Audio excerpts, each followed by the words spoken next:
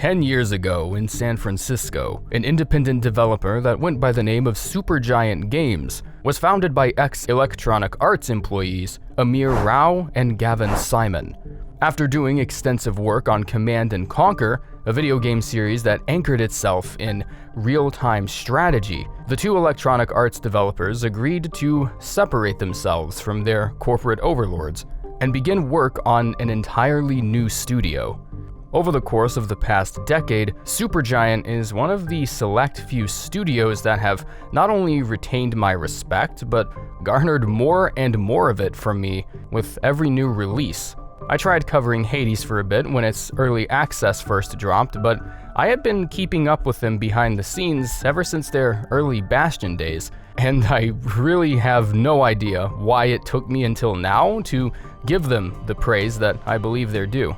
Since 2009, Supergiant have expanded massively from just two dudes living together to an incredibly flexible and talented team of developers that, in my opinion, are completely incapable of making a single bad game. So let's talk about them for a bit.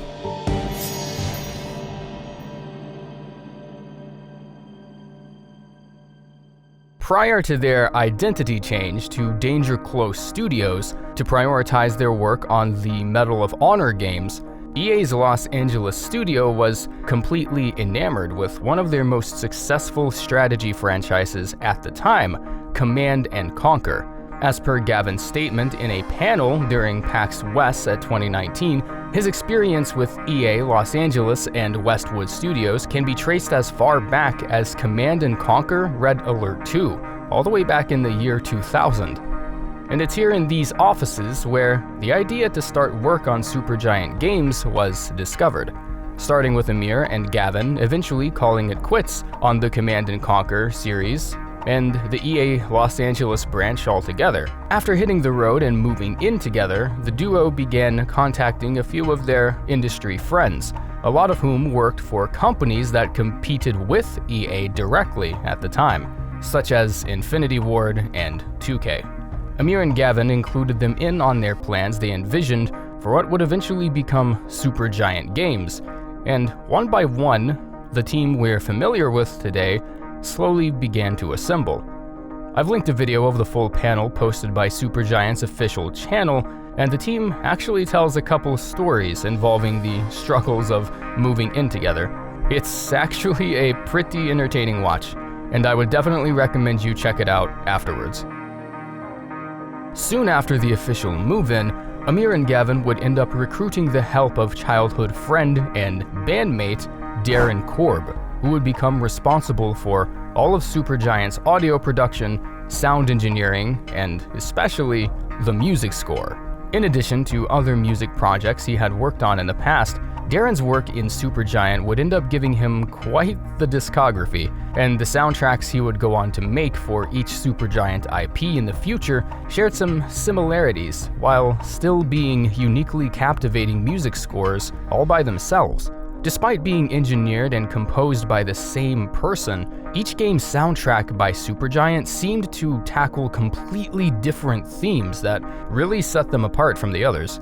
The resonant acoustic guitars in Bastion's soundtrack gives the game a really thick and earthy undertone to complement the game's sense of adventure, while Transistor, for instance, gives you this more structured, rigid, and electronically driven soundtrack that goes really well with the game's programming theme. It's these little nuances in Darren's audio work that do a great job at setting each game apart from one another, and would eventually lead to Darren being regarded as one of the past decade's most versatile music composers in the indie scene. And as the years came and went, Supergiant Games, with the addition of an art director, a creative director, a voice actor, and other roles that ended up being successfully fulfilled thanks to Amir and Gavin's connections, Supergiant would see themselves grow literally tenfold from a group of 2 to a group of 20 in the year 2018. They would go on to bring 3 amazing titles, as well as an early access to their next project that is hopefully coming to us very soon.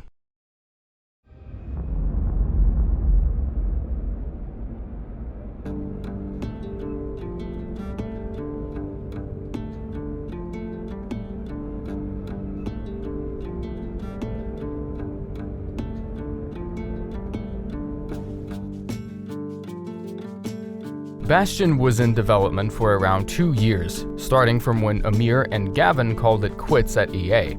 And during this development period, Supergiant's team grew from 2 to 7, a fantasy-themed role-playing adventure with a dense variety of enemies, a brilliant music score as we've already established, and a mysterious narrator that tracks every step of the kids' adventure, voiced by Supergiant's own Logan Cunningham. Throughout its time of release, Bastion has garnered more than 100 industry accolades and awards ranging from Best Indie Game to Best Studio Debut Game, all the way to Best Original Music from companies and reviewers such as Game Informer, Eurogamer, Zero Punctuation, and even more mainstream media outlets like CNN, NPR, Yahoo, and Entertainment Weekly have all spoken very venerably of Supergiant's debut title. Bastion takes place in a post-apocalyptic setting that follows a catastrophic event known as the Calamity. In wake of such a cataclysmic and rapturous event, a large portion of your journey has to do with seeking out this Bastion, a place that was designed to be a safe haven of sorts that would provide shelter for those in need in the wake of the Calamity. When you get there, you realize that the Bastion isn't fully completed yet, and all you find there is an old man that tells you he needs help completing it. And as you rebuild the haven, you slowly begin to realize that there's plenty more at stake than you once thought. Bastion's combat, however, was particularly where I believe the genius of this game really shone through. It borrowed elements from both role-playing action games, such as an experience and leveling system, while also retaining some general skill-based combat elements as well, such as looking for an opening or a window to properly strike your opponent without getting damaged yourself. It's a really unique blend of role-playing elements and action combat elements, and it borrows just enough from both without being too much of one or the other. And apparently, I'm not the only one that thinks this, because Bastion was specifically praised for not only its voice acting and its immersive narration, but also how original and unique the combat felt. There were lots of factors that played into how successful you would be during your fights, such as the level of your equipment, your experience, and also the timing of your attacks and even the terrain you were fighting on. There were lots of variables to consider, and it makes the combat feel really layered and unique. All of Bastion's art, assets, and backgrounds, and this is true for all Supergiant games to my knowledge, were actually all done by a single person by the name of Gen Z.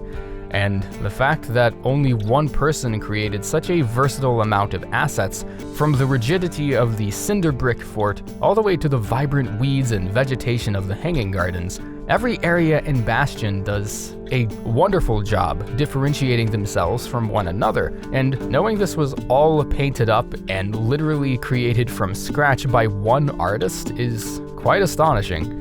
An extremely important figure in the Supergiant lineup, Jen would go on to single-handedly paint and draw the face of Supergiant's most successful titles to be released.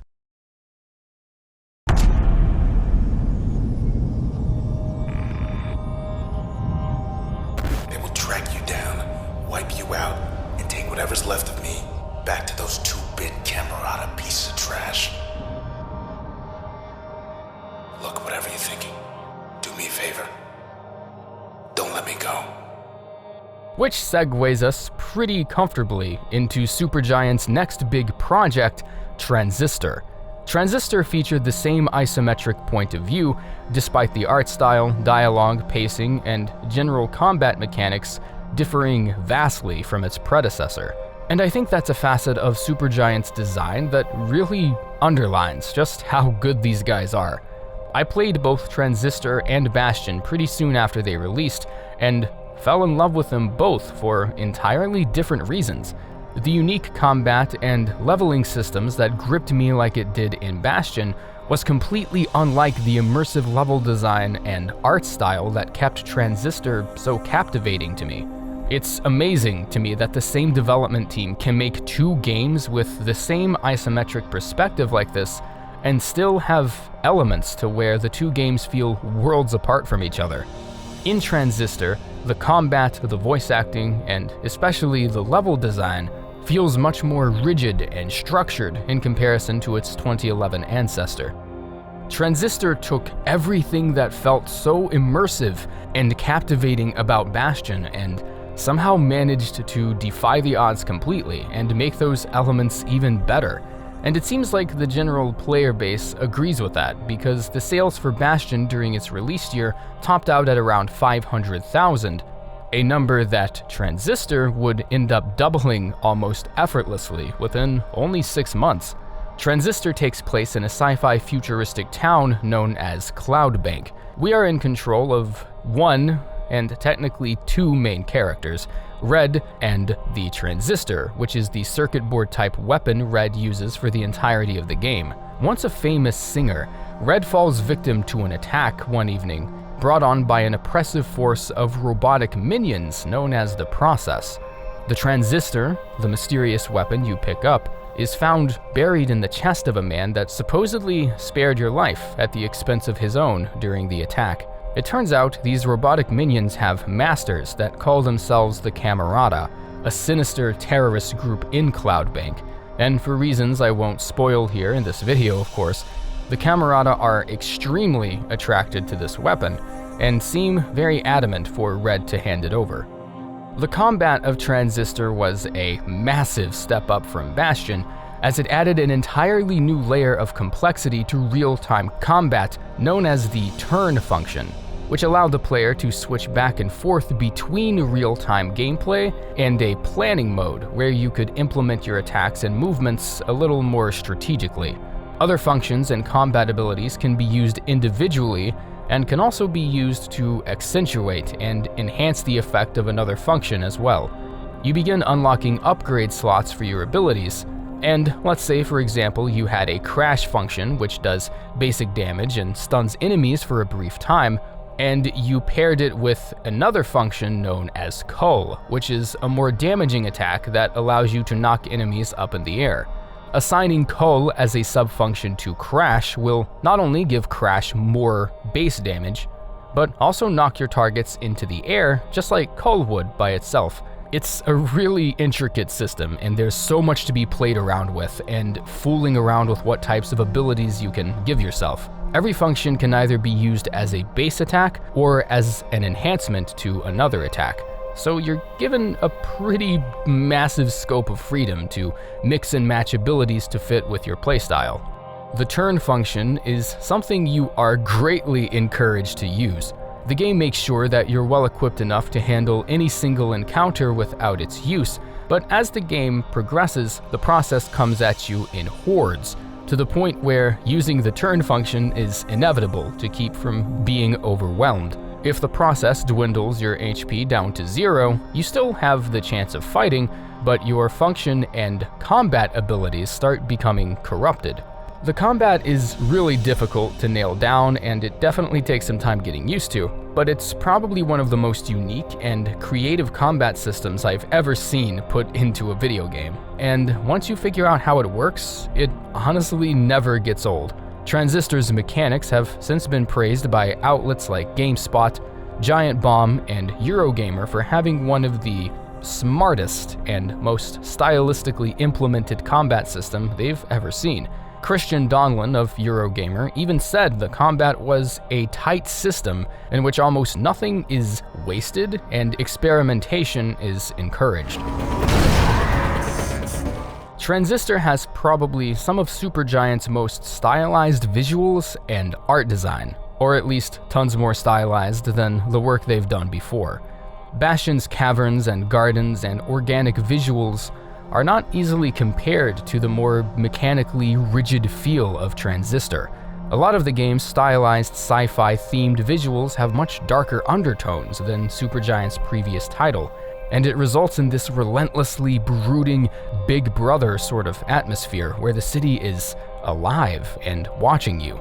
According to a documentary by NoClip, a lot of Transistor's voice work was done in the middle of construction, which led to tons of really awkward background noise in a lot of their unused takes. I unfortunately don't have access to those, as I don't think anyone does, but I sure wish I did, because that sounds like it would be really entertaining to listen to. Transistor's soundtrack, despite being composed by the same musician, was changed drastically to fit the darker and more mechanical theme. Bastion's acoustic, earthy undertones were discarded and gave way to a more structured and electronic soundtrack. The female vocalist in Bastion, known as Ashley Lynn Barnett, actually returned once again to Supergiant to provide vocals for some of Transistor's more popular songs. Again, this is, I believe, a testament to the studio's creativity and how they can create something completely different with the same exact lineup. The official soundtrack was released alongside the game itself, and it ended up selling almost 50,000 copies within just the first 10 days.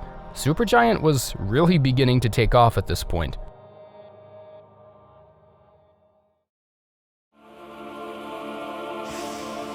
I would tell you to turn back, cast down your hope. But all those such as you never listen. Which ultimately leads us to Supergiant's next big entry, and probably the most critically acclaimed and respected game of their entire library, Pyra, Supergiant's first online multiplayer property. All 7 original members of Supergiant that did work on both Bastion and Transistor also did extensive work on Pyra. Their team grew from a number of 7 to 12 during the production of Transistor, and they have actually managed to maintain that team size at 12 for Pyra's development.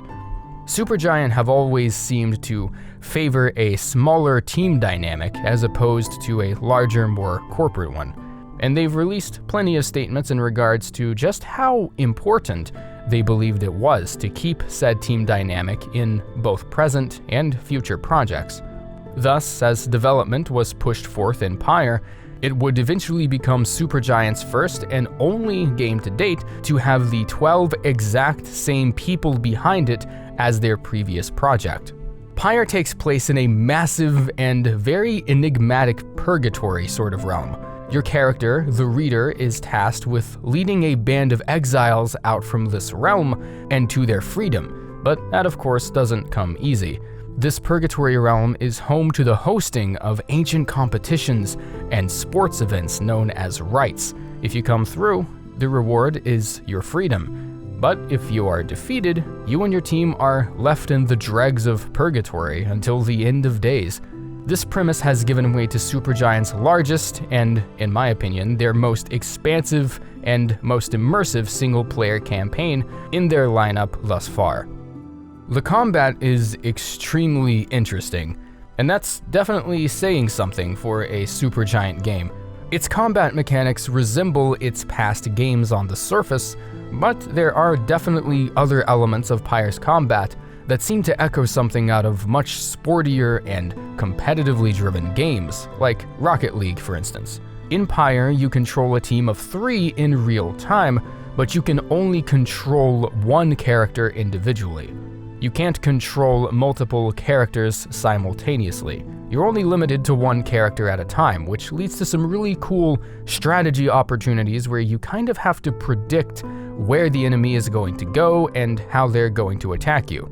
The object of this ritual you're seeing here, for instance, is to seize control of the orb in the center of the map away from the opposing team. Once you've retrieved the orb, you have a chance to rush it to the pyre on their side of the field to deal damage to it. Whoever's pyre goes out first loses the bout. It's sort of a stylized and super giantified version of the CTF modes you see in a lot of first-person shooters.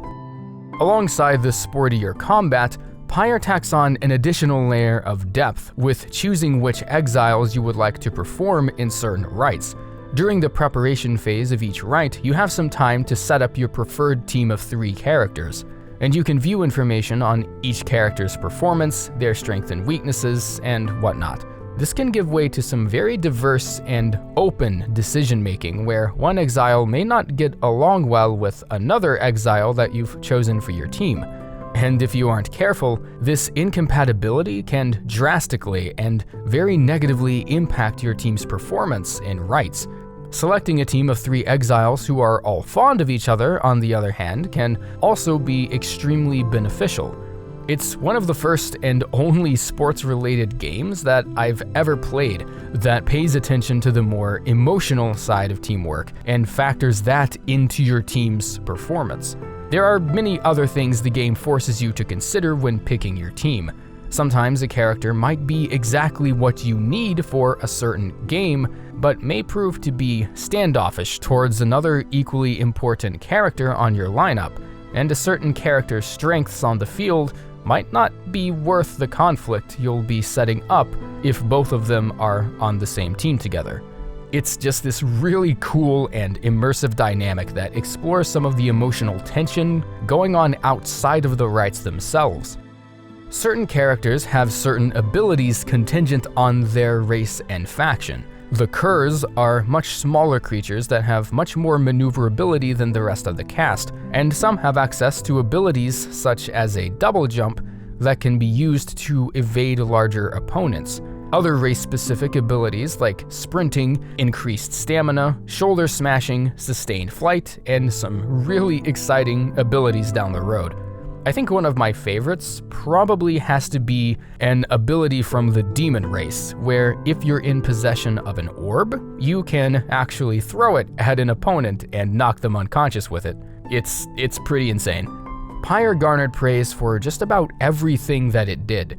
Everything from the uniquely action-packed 3-on-3 battle system, from its online multiplayer versus mode, and all the way to the game's lack of a game over function, which allowed the story to continue progressing like normal even if your team was defeated in a bout, which could lead to some really emotionally charged rematches in the future. I don't think I need to go over every single review of this game simply because the scores this game got from both individual creators and critics alike, I believe speaks volumes enough as it is. Everyone who's ever picked this game up has seemed to enjoy it pretty thoroughly. And in fact, a lot of Supergiant fans have labeled Pyra to be their favorite of the team's lineup thus far.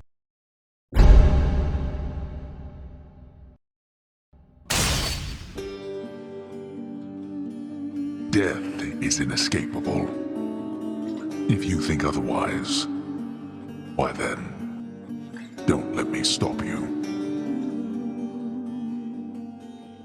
Which then brings us to Supergiant's final, yet-to-be-released entry in their current array of games, their newest early access project, Hades. Hades is a stylized retelling of Greek lore with recognizable characters in the mythos, such as Zeus, Athena, Aphrodite, and, well, Hades, of course. You play as Zagreus, esteemed prince of the underworld realm and son of Hades. Zagreus' teenage rebellion phase has led him to believe his place is no longer in the House of Hades, but somewhere else in the scope of Olympus. You navigate through a roguelike environment of randomized caverns, swarms of demonic enemies, and various obstacles as you attempt to hack, slash, and shoot your way out of literal hell.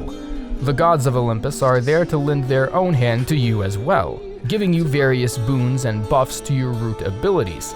And although these boons are randomized from run to run, you still have a little bit of freedom as to what build you can produce from the boons. If you're only paying attention to ranged boons that pair well with the bow, you can slowly begin carving out a very specific archer playstyle for yourself. And the same can be said with the sword, the spear, or any other weapon you feel like taking with you on a run. And with each trial you run through, the slightly more powerful Zagreus becomes, resulting in a pretty addictive experience. Throughout the course of each run, power-ups and boons you receive from the gods of Olympus are randomized, but you'll be able to harness a bit of control over them later on. There are a couple of keepsakes, for instance, that allow you to determine the alliance of the very first boon you receive, although the rest stay randomized. Zagreus' character stats, however, are upgraded through what's called the Mirror of Night, and here is where you can make permanent upgrades to your vitality, damage output, maximum amount of cast projectiles, and so forth. Unlike the boons and ability buffs you receive in the midst of a run, these upgrades stay with you forever. Hades continues the same trademark look shared by the rest of Supergiant's titles, but the combat system seems much more mature and evolved. Despite it not technically being out yet, what we've seen from Hades thus far is extremely promising. A large part of what makes the trials and territories of Hades so addicting to navigate is its impressively tight and responsive gameplay, and that's extremely necessary in such a frenetically paced game like Hades. Whereas games like Transistor and Bastion are games with slower burns and a calmer and more reserved pace, Hades seems to take that formula that worked well in the past and flip it completely on its head. It's very deliberate, but it's very fast-paced at the same time, which was not at all something I was expecting from a Supergiant game. But all kidding aside, this is definitely the most complete early access build I think I've ever played. Even the weapons you unlock all have certain fighting styles with specific effects and talents and whatnot. And they've added even more to the game since I've last played it. I actually did an official review on it way back when it first came out, and I'm just as impressed with it now as I was back then. However, with such a large emphasis on facets like combat fluidity and gameplay, Hades was the last game I was expecting to actually have some story elements to it. Surprisingly enough, you begin building relationships with a lot of the characters that roam the House of Hades. I didn't expect to see any sort of story development between the characters in Hades, but this game has quite a bit of it. After playing through it a while, I was actually surprised to see a major plot slowly beginning to unfold. It seemed the more I progressed, the more Zagreus learns about why he was in Hades in the first place, and you have the opportunity to learn about other strained character relationships, such as his past with Meg, one of the Furies. Quite honestly, ever since its recent port to Steam, this is a pretty great time to hop into it if you've never played it. It's definitely something I would recommend if you feel like squandering an hour or two doing a couple runs through the underworld. Hades is still yet to complete its development, but there are enough routine major updates being added to stifle pretty much any boredom you may feel from this game. Just recently, they introduced their Long Winter update that renovated the housing contractor mechanic and rolled out the carpet for one of Hades' brand new gods, Demeter, goddess of the seasons, to accompany you on your adventures. Supergiant has a consistent track record of excellence and developer transparency that isn't something I see spotlighted often enough, in my opinion. And these guys really have been doing some of the greatest work in the industry. So I felt like giving them at least some lip service where I felt it was due. For those who have stuck with them over the years, I can only imagine how wild the ride has been for you. From the enigmatic caverns of Solandia, to the possessed and contorting alleyways of Cloudbank, the sporting trials of Purgatory, and finally to the pits of Tartarus, through the river Styx, the fields of Elysium, and the most sinister dregs of the underworld. It's been quite a ride, for sure. I'm beyond hopeful for the future launch of Hades, and even for the next project or two that Supergiant eventually decides to tackle. I'm really stoked to see what comes out from this studio next, and if you haven't played any of their games in the past, you really are missing out. Thanks for tuning into The Forge. I'm Rusty, and I will see you in the underworld. Until next time.